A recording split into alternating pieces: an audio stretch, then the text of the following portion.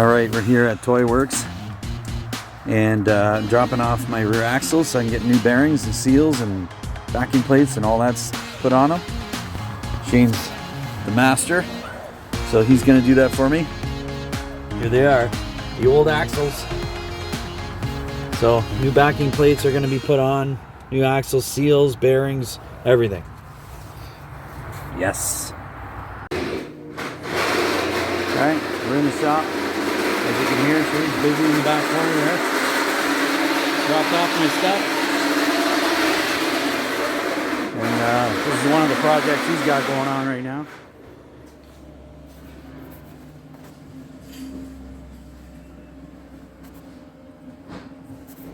Ooh, lots of rust. Is that foam that came out of the rocker panel? So he's replacing, cutting out the rust and putting in new metal, custom made from Shane, of course, because that's what Shane does. He does everything Toyota anyways. When you don't have time to go out and grab some tools that you need to do the job, and you got the means, build it yourself. This is my homemade slide hammer seal puller.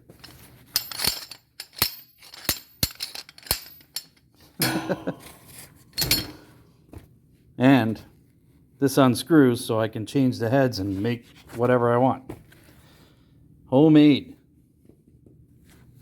Now, let's get to work. Get that out. All right, let's see how she works.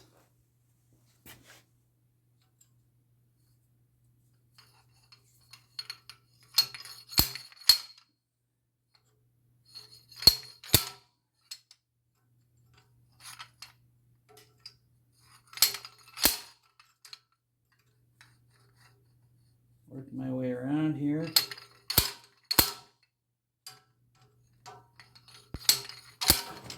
Oop.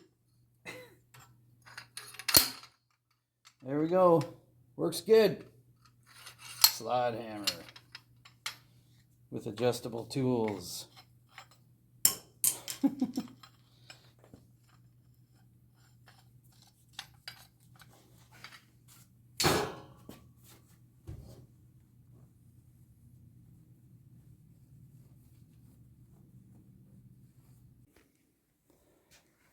You can see that this is the top of the axle. This is the upper trailing arm mounts. This is the spring perch. So the top of the axle needs to have the wheel cylinder at the top, just like the other side there too. As you can see through it, there it is. So new axles, new bearings, new seals, new ABS rings, new spacers, all that stuff. New ABS sensors, complete new brake job, including everything, wheel cylinders, everything. Yeah, the ABS sensors will be installed, new brake lines across the whole rear end. But I will do that after I install this permanently. So right now, I just put the axles in the housing so that I could tuck this underneath my frame that's inside the sea container. See, the problem with the sea container is it's not extremely wide. So I have to do it this way. I have to put the axles in now. I just tighten them up. You know, I didn't torque them to spec because they're not ready yet. But the center section has to be built. And then once I get the center section back, this will already be bolted into the frame, and then I can bolt on, just undo these four bolts here, and then slide the axles out just enough so that I can put the rear center section in and then put the axles back in. I know it sounds like a lot, but it is the process I have to take because I need to put this rear end under my frame so that I can put my front end in, because right now there's no weight in the rear at all, and lots of weight in the front. So as soon as I put my front end in, the frame will go whoop, and we don't want that. So that's why I'm doing it this way. But I'm happy to see axles back in this, that's for sure. So now I'm going to get busy, start doing all the brakes.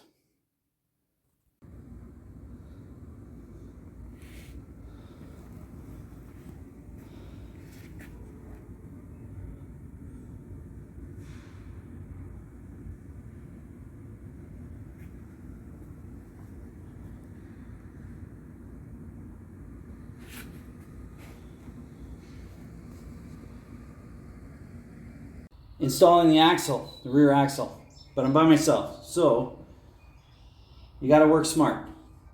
I rigged up a system here. I'm going to lift up the axle so I can install the springs because the axle and frame are too low. I'm going to lift up the frame, leave the axle on the ground, install the springs. Yes.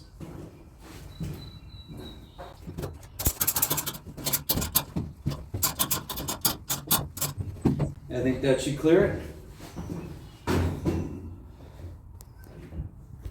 This is my system. You can't see it that way, the light's shining on it. So I got a lifting strap here and a ratchet strap there, hooked up to the sea container, both sides. So it's my crane.